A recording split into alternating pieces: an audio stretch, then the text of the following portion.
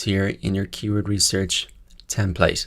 Now what we want to do in this lecture is look at point 9 on our checklist, which is really to narrow down your keyword list. We want to get one step closer to the end of the process here, which is to really have your chosen keywords, which will be the centerpieces of your content. So how do you start to cut down this list and identify those keywords? Well, what we can really do is really assess the keywords on two criteria. One is the search volume. So how many searches per month in Google do the keywords get?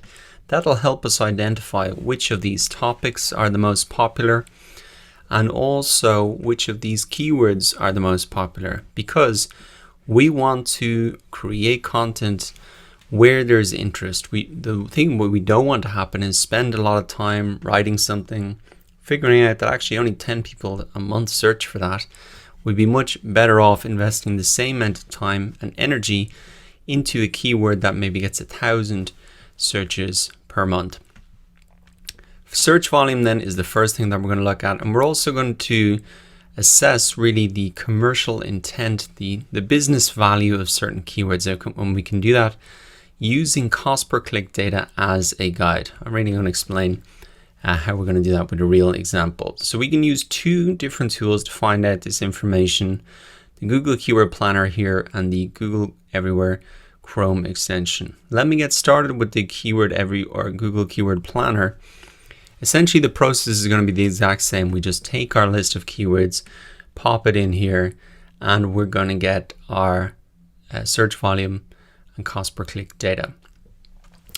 Now, the Google Keyword Planner tool is actually a tool that is part of Google AdWords. Google AdWords is the platform, the advertising platform of Google. So people use this tool, advertisers really use this tool to identify the search volume and cost per click data of keywords. But for us, we can use the same information to help inform our SEO decisions.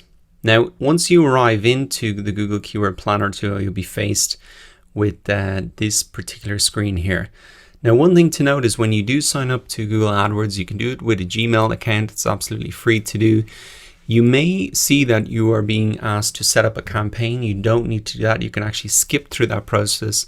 There's like a button at the top of the button to do that. And then you want to be really coming into Tools and Keyword Planner. If you have any trouble with that at all, don't worry so much, because we can do essentially the same thing in this Keyword Everywhere extension tool. So that's an alternative. One thing that I did want to say is you can use the Keyword Planner tool actually as a brainstorming tool as well. So we're going to get the search volume here in this drop down, but we can use it for brainstorming as well. Essentially the exact same way. You can just type in the keyword and click Get Ideas here. And you'll get a whole list of similar suggestions that we saw before. The reason that I didn't want to start your keyword brainstorming here is that you can see a lot of the terms are very closely related. And so it's more natural to maybe start in something like Wikipedia, where you can really get broad, see the broad connected categories, because a lot of people, everybody's essentially doing their brainstorming here, looking at the same keywords. So you have an advantage if you start outside of this tool. With that said, let us come down to the search volume here. All we're going to do is really copy our list of keywords that we've already got done. Paste those in. We can also take our list of topics as well. I'm just going to paste these in because I want to get a sense of the topics that I have. Which is the most popular? Where should I maybe focus my attention? I'm just going to edit this slightly because this will show you the search volume for the exact term. So nobody's going to be searching for search engine optimization in brackets SEO. So I just want to split that out. And also the same thing with SEM. So once I've got my list of keywords there, now I've got a couple of targeting options here. The main one is probably the location. If you're a business that only serves, say, a particular country, you can set that up. For example, if I only had a products shipped to the United States and I only want to look for the search volume there, I can just add that in and click save. You can see that that's now going to only show me the search volume data for this particular country.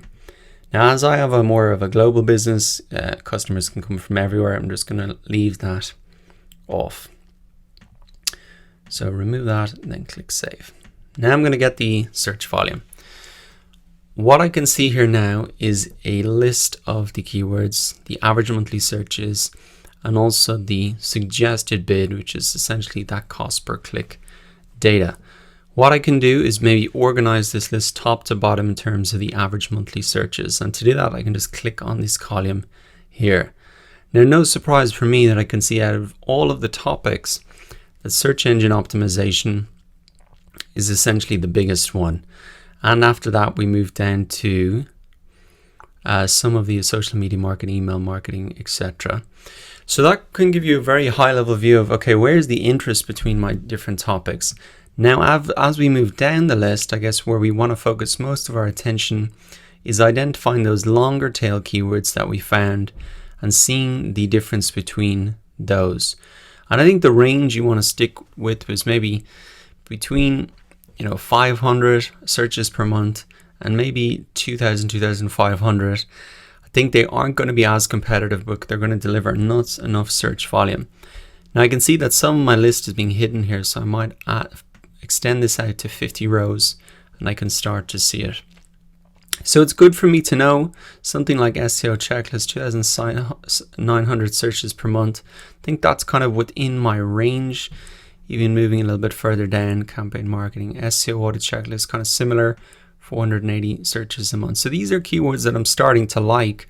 And what I can see as well is that advertisers are paying for these keywords. So if advertisers are paying $5.82 or euros cents per click, then I know this is a valuable keyword for my business. I can sort this list by what advertisers are paying for it. And I can see that some of the most valuable terms, no surprise, something like SEO agency, because people have their wallets out there ready to buy when they're typing in a term like that into Google. Remember the buyer funnel that we looked at? These guys are right at the bottom, they're ready to spend. Whereas if I look at the least valuable terms here, something like local search, webmasters, free course, anybody who types in a free course is not going to want to buy a course, so advertisers are not really spending on that. And something like local search, you can even type any keywords into Google if you're not quite sure what they're talking about. So local search, you can see there is one ad there for it, so somebody's spending money on that. They're spending, let's see, 78 cents. But you can see a lot of it is quite general and broad, and maybe those people are not quite far down the buyer funnel.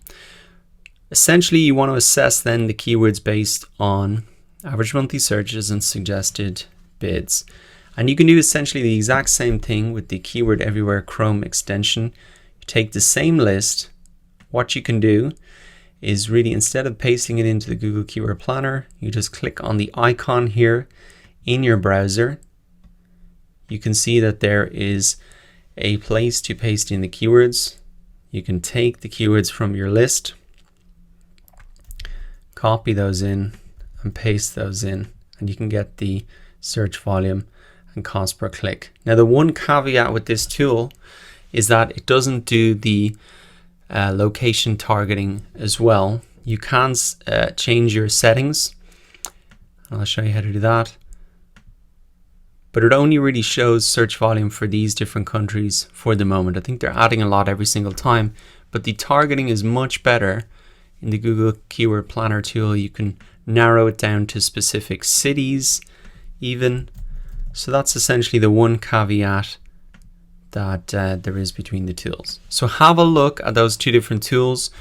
The keywords that I'm starting to like now are these ones within the 500 the range, the couple that I pointed out there. So what I'm going to do is essentially come to my checklist here. I can take the information straight from here. So I'm actually just going to copy this back in. And essentially I want to add this information in here. So let me take this, copy this, paste those in there, get the search volume. I can copy all of these here, 41 rows. I can just paste this back in here. And now you can see I've got the search volume, etc. Delete this row, don't need it. And I can start to look at the keywords that I particularly like. So looking at some of them, I'm just going to highlight some of these here. I'm actually going to highlight the, there we go, easier to see. Best practices, that's kind of an interesting one. Checklist 2016, interesting for websites. So there might be some discrepancy between these tools in terms of search volumes. I think I saw that as 30 in the Keyword Planner. These tools aren't 100% accurate. None of them are. You can really use them as a guideline. SEO Audit Checklist is another one I like. So now I'm starting to narrow down my list based on the search volume. And I suggest you do the same. You can just really highlight them here in your keyword research template. Next up, we're going to move to the final step in our keyword research process, choosing our target keywords. So I'll see you there.